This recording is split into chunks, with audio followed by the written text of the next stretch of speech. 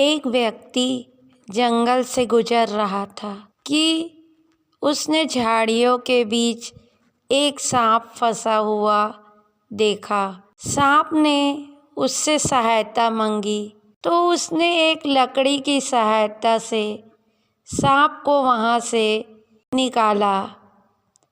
बाहर आते ही सांप ने उस व्यक्ति से कहा, मैं तुम्हें डसूंगा। उस व्यक्ति ने कहा कि मैंने तुम्हारे साथ अच्छा व्यवहार किया, तुम्हें झाड़ियों से निकाला और तुम मेरे साथ गलत करना चाहते हो। सांप ने कहा कि हाँ, भलाई का जवाब बुराई ही है। उस आदमी ने कहा कि चलो किसी से फैसला कराते हैं। चलते चलते एक गाय के पास पहुँचे और उसको सारी बात बताकर फैसला पूछा। तो गाय ने कहा कि वाकई में भलाई का जवाब बुराई है, क्योंकि जब मैं जवान थी और दूध देती थी तो मेरा मालिक मेरा ख्याल रखता था और चारा पानी समय पर देता था। लेकिन अब मैं बूढ़ी हो गई तो उसने भी ख्याल रखना छोड़ दिया। ये सुनकर सांप ने कहा कि अब तो मैं डसूंगा। उस आदमी ने कहा कि एक और फैसला ले लेते हैं। सांप मान गया और उन्होंने एक गधे से फैसला करवाया। गधे ने भी वही कहा कि भलाई का जवाब बुराई है, क्योंकि जब मेरे अंदर दम था मैं अपने मालिक के काम आता रहा। जैसे ही मैं बूढ़ा हुआ उसने मुझे भगा दिया। सांप उसे डसने ही वाला था कि उसने मिन्नत करके कहा कि एक आखिरी अवसर दो।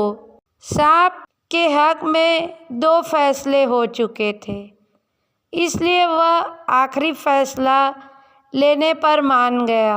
अब की बार वे दोनों एक बंदर के पास गए और उसे भी सारी बात बताई और कहा, फैसला करो। बंदर ने आदमी से कहा कि मुझे उन झाड़ी के पास ले चलो जिस झाड़ी से आपने सांप को निकाला था, और सांप को अंदर फेंको और फिर मेरे सामने बाहर निकालो।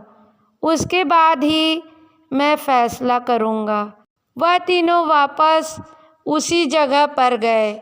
उस आदमी ने सांप को झाड़ियों में फेंक दिया और फिर बाहर निकालने ही लगा था कि बंदर ने मना कर दिया और कहा कि उसके साथ भलाई मत करो, यह भलाई के काबिल नहीं। यकीन मानिए, हमें भी इसी तरह के कई सांप नाम बदल बदल कर डसते रहते हैं जिंदगी में, और हमारे ज़िंदगी में जहर घोलते रहते हैं। लेकिन हमें ख्याल नहीं आता कि ये सांप हैं और हम उनके साथ भलाई करते रहते हैं। हम यह भूल जाते हैं कि ये सांप हैं। इनके साथ भलाई करना अपने आप को कठिनाइयों में डालने के बराबर है। तो प्लीज़ इनसे दूर रहें।